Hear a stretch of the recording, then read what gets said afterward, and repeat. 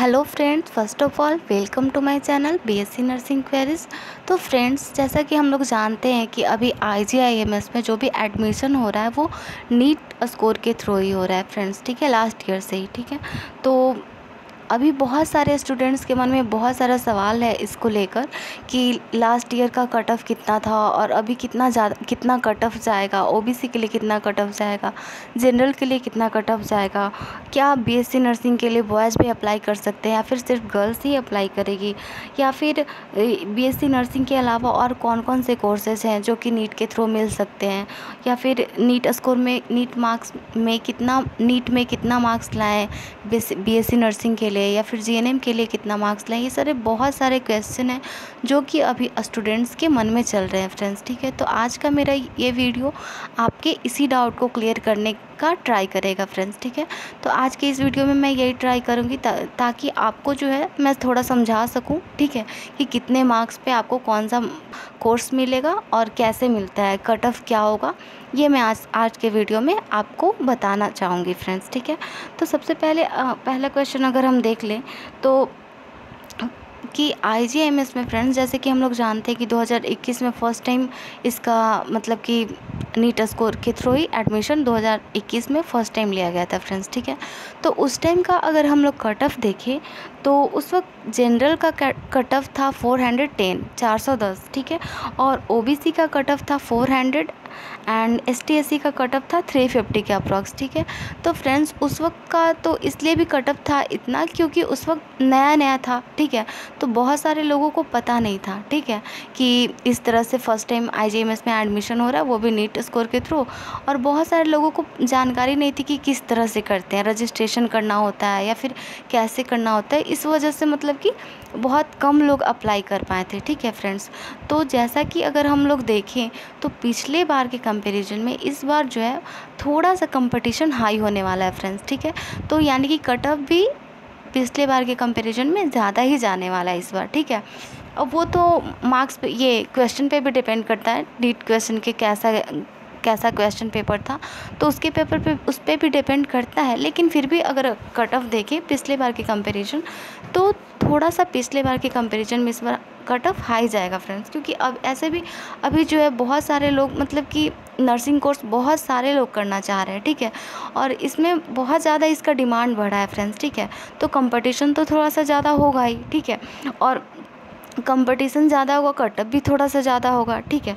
तो अगर उसके हिसाब से अगर हम देखें तो इस ईयर आपका जनरल का एटलीस्ट 480 to 490 प्लस ही जाएगा, ठीक है, अप्रॉक्स, और ओबीसी का अगर देखें तो भी 450 प्लस जाएगा, और एसटी/एससी का भी 380 प्लस, ठीक है, कट ऑफ, ठीक है। लेकिन ऐसा नहीं है, इससे थोड़ा बहुत कम भी हो सकता है, थोड़ा बहुत ज़्यादा भी हो सकता है, ये एक अप्रॉक्स में कह रही हूँ, ठीक है, पिछले बार के कंपैरिजन में, ठीक है। तो क्योंकि अभी बहुत ज़्यादा इसका डिमांड बढ़ा है तो थोड़ा बहुत कट ऑफ ज़्यादा जाएगा, ठीक है। लेकिन ऐसे इसके अलावा अगर हम लोग देखें तो बहुत सारे लोगों के मन में ये क्वेश्चन था कि सबसे पहले ये क्वेश्चन मैं आपको क्लियर कर देती हूँ कि बीएससी नर्सिंग में नर्सिंग के लिए एडमिशन ले, कोई भी नर्सिंग कोर्स के लिए अगर आईजीआईएमएस में आप एडमिशन लेना चाहते हैं तो सिर्फ गर्ल्स का ही एडमिशन होगा फ्रेंड्स, ठीक है। बॉयज़ का एडमिशन होगा ऐसा नहीं है, नीट के अलावा बहुत सारे ऐसे कोर्स हैं जो कि आपको उसमें एडमिशन मिलेगा, लेकिन नर्सिंग कोर्स में सिर्फ गर्ल्स का ही है फ्रेंड्स, ठीक है। तो इसके अलावा अब हम देख लेते हैं कि कितने मार्क्स पे बीएससी नर्सिंग मिलेंगे या कितने मार्क्स पे जीएनएम मिलेंगे। ये सारा जो भी आपका सवाल है इसको मैं आपको थोड़ा सा समझाना चाहूँगी फ्रेंड्स, ठीक है। तो जैसे पिछले बार का मैं बताई थी, ठीक है, कि ये जो है सबसे पहले जब आप रजिस्ट्रेशन के लिए अप्लाई करेंगे तो आपका मेरिट लिस्ट बनकर आएगा, ठीक है। तो मेरिट लिस्ट बनकर आएगा तो उसमें आपको रैंक वाइज रहेगा, ठीक है। तो रैंक वाइज उसके बाद फिर आपका काउंसलिंग होगा, तब आपको कोर्स मिलेगा, ठीक है। तो उसमें अगर पिछले बार का हम लोग देखें फ्रेंड्स तो क्या था, सबसे पहले 1 to 50 रैंक था, ठीक है। मान लेते हैं अगर आपका इसी बार का देख लेते हैं तो सबसे पहले आप रजिस्ट्रेशन किए, ठीक है, उसके बाद जब आपका काउंसलिंग हुआ और 1 to 50 रैंक अगर जिसका भी आया तो उसका तो फर्स्ट डे काउंसलिंग होगा, फिर 50 to 100 होगा जिसका भी रैंक, उसका नेक्स्ट डे काउंसलिंग होगा, इस तरह से। तो जिसका फर्स्ट डे काउंसलिंग होगा उसको ज़्यादा प्रायोरिटी मिलेगी ना जो भी कोर्स है उसको चूज करने के लिए, क्योंकि इसमें पहले से ऐसा नहीं, कुछ पहले से ही ऐसा डिवाइडेड नहीं रहता है कि हाँ इतने से इतने मार्क्स वाले को या फिर इतने से इतना रैंक वाले को ये कोर्स दिया जाएगा या फिर इतने से इतने रैंक वाले को ये कोर्स दिया जाएगा। ऐसा कुछ नहीं रहता है। एक मतलब कि फुल सारे स्टूडेंट्स का सारा जो मार्क्स है सबका एक ही मेरिट लिस्ट निकलता है, ठीक है। और उसमें उसके मार्क्स के बेसिस पे, उसके रैंक के बेसिस पे, कैटेगरी के बेसिस पे हर चीज़ फैक्टर्स डिपेंड करता है। इन हर चीज़ के बेसिस पे उनको कोर्स मिलता है, ठीक है। तो सबसे पहले अगर हम समझ ले, जैसे मान लेते हैं कि 1 to 50 रैंक है, ठीक है। तो 1 to 50 रैंक का फर्स्ट डे काउंसलिंग हुआ, ठीक है। उसमें जो फर्स्ट रैंक है, ठीक है, जैसे लास्ट ईयर देखें तो फर्स्ट रैंक जिसका था उसका 577 के अप्रॉक्स मार्क्स था, ठीक है। तो उसका फर्स्ट रैंक था, ठीक है। तो उसका जब भी काउंसलिंग होगा तो उसके पास तो प्रायोरिटी सारे कोर्स है, वो कोई भी वो स्टूडेंट है वो कोई भी कोर्स ले सकता है, ठीक है। जिसका फर्स्ट रैंक है उसको बीएससी नर्सिंग भी मिल सकता है, जीएनएम भी मिल सकता है, फिजियोथेरेपी भी मिल सकता है, वो जो भी कोर्स चाहे वो ले सकता है, ठीक है। और इसी तरह से अगर हम देख ले तो इसमें तो हम ये नहीं ना स्पेसिफाई कर सकते हैं कि इतने मार्क्स वाले को ये कोर्स मिलेगा, नहीं, ऐसा तो हम नहीं कह सकते हैं। जैसे मान लेते हैं कि अगर कोई कोर्स है, जैसे मान लेते हैं बीएससी नर्सिंग, तो बीएससी नर्सिंग का टोटल 50 सीट है, ठीक है। और अगर देख लें कि अगर फिजियोथेरेपी का देख ले तो उसमें टोटल 10 सीट है, ठीक है। तो अगर हम 1 to 50 स्टूडेंट हैं, ठीक है, मान लिए कि 1 to 50 स्टूडेंट पे सिर्फ गर्ल्स है, ठीक है, और सारे स्टूडेंट बीएससी नर्सिंग के लिए अप्लाई करते हैं, तो उन सारे का तो हो जाएगा 1 to 50 तक।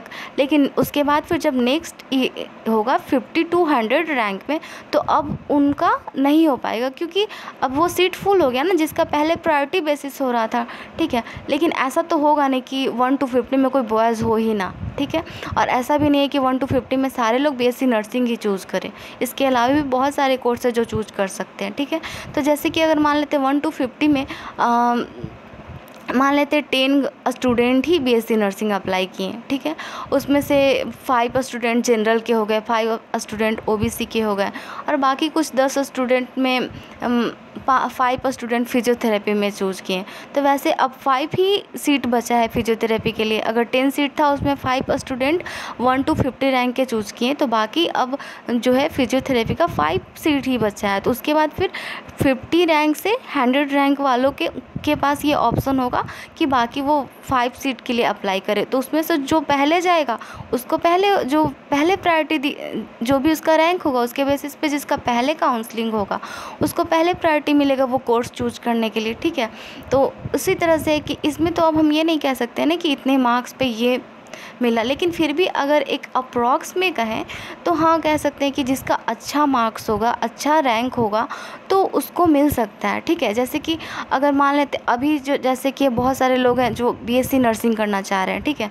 तो अभी बीएससी नर्सिंग में ज़्यादा कंपटीशन अगर मान लेते हैं देखा जाए, तो अगर उसमें देखें तो उसके लिए तो ज़्यादा मार्क्स ही चाहिए ना, क्योंकि जिसका सबसे अच्छा मार्क्स होगा, ठीक है, तो उसको सबसे पहले बीएससी नर्सिंग मिलेगा अगर वो चूज करना चाहे तो। लेकिन ऐसा नहीं, अगर वो चाहेगा कि नहीं हम जीएनएम लेंगे तो उसको जीएनएम भी मिल जाएगा, कुछ भी मिल सकता है। तो वही है फ्रेंड्स कि इसमें ऐसा कुछ मार्क्स ये नहीं स्पेसिफाई नहीं किया हुआ है कि इतने मार्क्स लाने पे ही बीएससी नर्सिंग मिलेगा, इतने मार्क्स लाने पे जीएनएम मिलेगा, ऐसा नहीं है। लेकिन हाँ आपका अगर कट ऑफ अच्छा होगा तो आपके रैंक अच्छे होंगे, और आपका रैंक अच्छा होगा तो आपका काउंसलिंग पहले होगा, और काउंसलिंग पहले होगा तो आपके पास ज़्यादा कोर्स का ऑप्शन होगा, और ज़्यादा कोर्स का ऑप्शन होगा तो आप अपना चूज कर सकते हैं कि आपको कोर्स कौन सा लेना है। अगर आपका पहले काउंसलिंग होगा तो आपको सबसे पहले चूज करने का ऑप्शन मिलेगा, ठीक है। तो ऐसा नहीं है कि इस पर सिर्फ आपका रैंक ही बेसिस, इस पर आपका कैटेगरी भी मायने रखता है। जैसे कि मान लेते हैं कि 50 सीट है बीएससी नर्सिंग का, तो उसमें कुछ सीट जो है वो तो ओबीसी के लिए होगा, कुछ सीट है जनरल के लिए होगा, कुछ सीट है एसटी/एससी के लिए होगा। तो उसमें अगर पहले जनरल के मान लेते हैं जनरल का 10 सीट है, तो जनरल के अगर 5 लोग ही 1 to 50 रैंक से गए तो उसका 5 सीट तो बचेगा।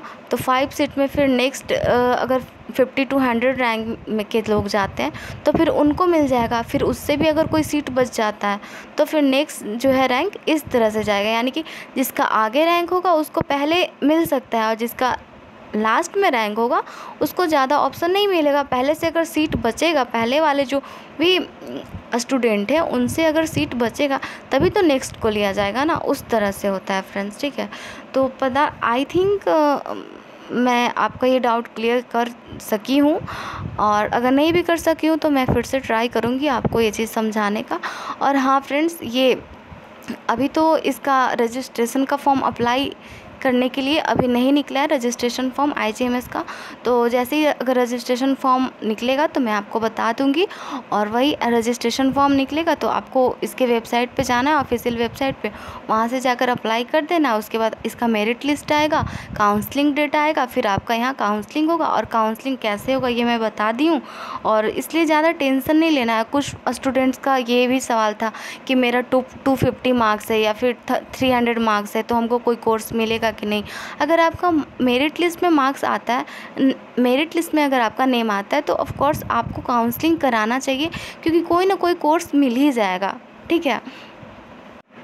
तो आज के लिए इतना ही फ्रेंड्स। आई थिंक मैं आपको अच्छे से, आई होप मैं आपको अच्छे से समझा पाई हूँ। और हाँ, ज़्यादा टेंशन नहीं लेना है, सब ठीक होगा friends. All the best. And आज के लिए इतना ही फ्रेंड्स, थैंक यू।